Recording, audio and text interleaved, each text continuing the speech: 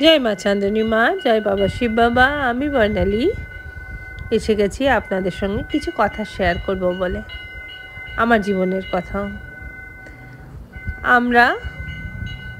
আমার প্রথম পরিচয় হচ্ছে আমি একজন মানুষ, দ্বিতীয় পরিচয় হচ্ছে আমি একজন ভারতীয়।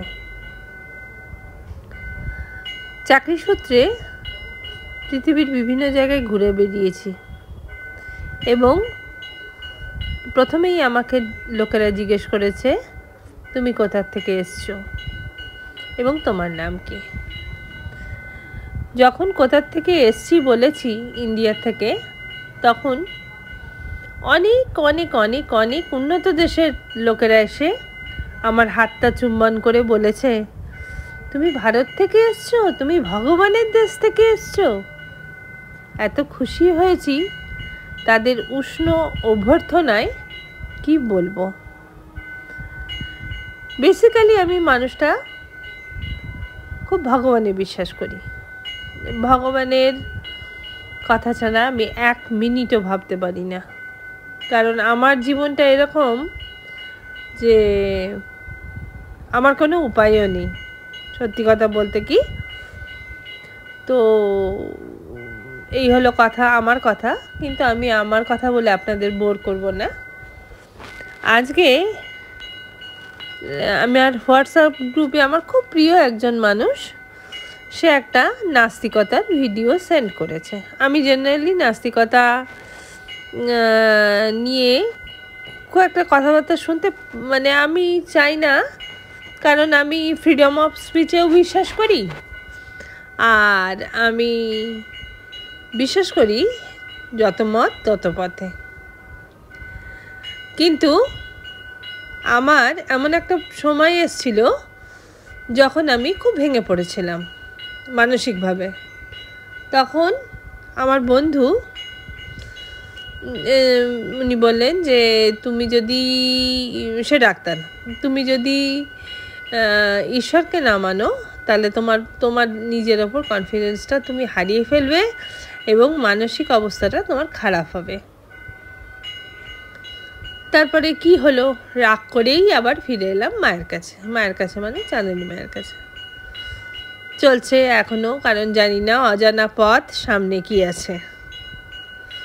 বলা আছে, হাতটা ধরে রেখো, রাস্তা চিনি না, চিনিয়ে দিও, জানিয়ে দিও, নিয়ে চলো। কিছু মানুষ আছেন যারা ঈশ্বরে বিশ্বাস করেন না, কর্মে বিশ্বাস করেন। তাদেরকেও আমি বলি যে তাদের যোগ্যতা হয়তো আমার থেকে অনেক বেশি, কারণ তারা কারুর ওপর ভরসা বা তাদের কারুর প্রতি আস্থা নেই, কিন্তু তাদেরকে নিজের প্রতিও আস্থা আছে নাকি সস্তার চটক এইভাবে নিজেকে বড় করবে বা বড় প্রতিপন্ন করবে, সেটা আমি ঠিক জানি না। কিন্তু আবার বলছি যে যে যাই ধর্মে থাকুক না কেন, দেখুন ধর্ম কাকে বলে। ধর্ম মানে কিন্তু কর্তব্য। আপনার মানুষ হিসেবে কর্তব্য, আপনার কি বলবো, সন্তান হিসেবে কর্তব্য,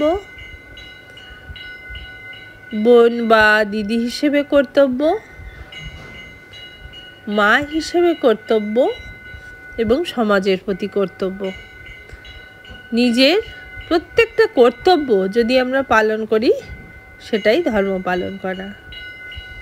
আর আস্থা, ঈশ্বর, আমি নয়, সায়েন্টিস্টরাও, এমনকি আপনারা তো জানেন যে মহাকাশচারী, উনিও সঙ্গে গণেশের মূর্তি নিয়ে চলেন এবং উনি বিশ্বাস করেন।